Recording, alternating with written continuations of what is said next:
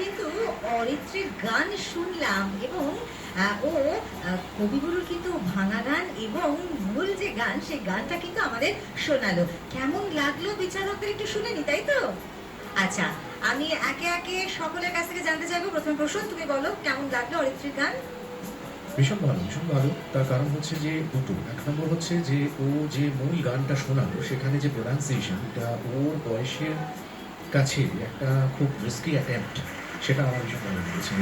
এখানে নিশ্চয়ই ওর মাথাতেও রয়েছে যে আমি টপ 12-এ বিচরণ করছি, সেখান থেকে যেতে হবে, এটা একটা বড় জিনিস। আর দ্বিতীয় কথা হচ্ছে সেটা হলো যে তার সঙ্গে যে মূল গানটা থেকে ভেঙে যে গানটা এসেছে সেইখান থেকে যে ট্রান্সফরমেশনটা, সেই ট্রান্সফরমেশনটা খুব ইজি ট্রান্সফরমেশন গেছে।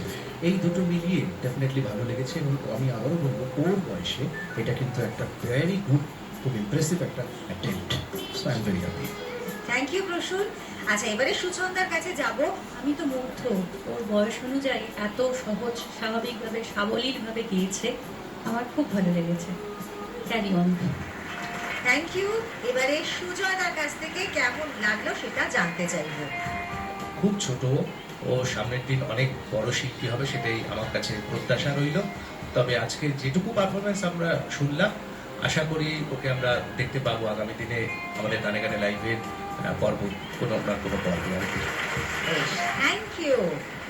সুতরাং তিন বিচারকের মতামত কিন্তু আমরা জেনে নিলাম।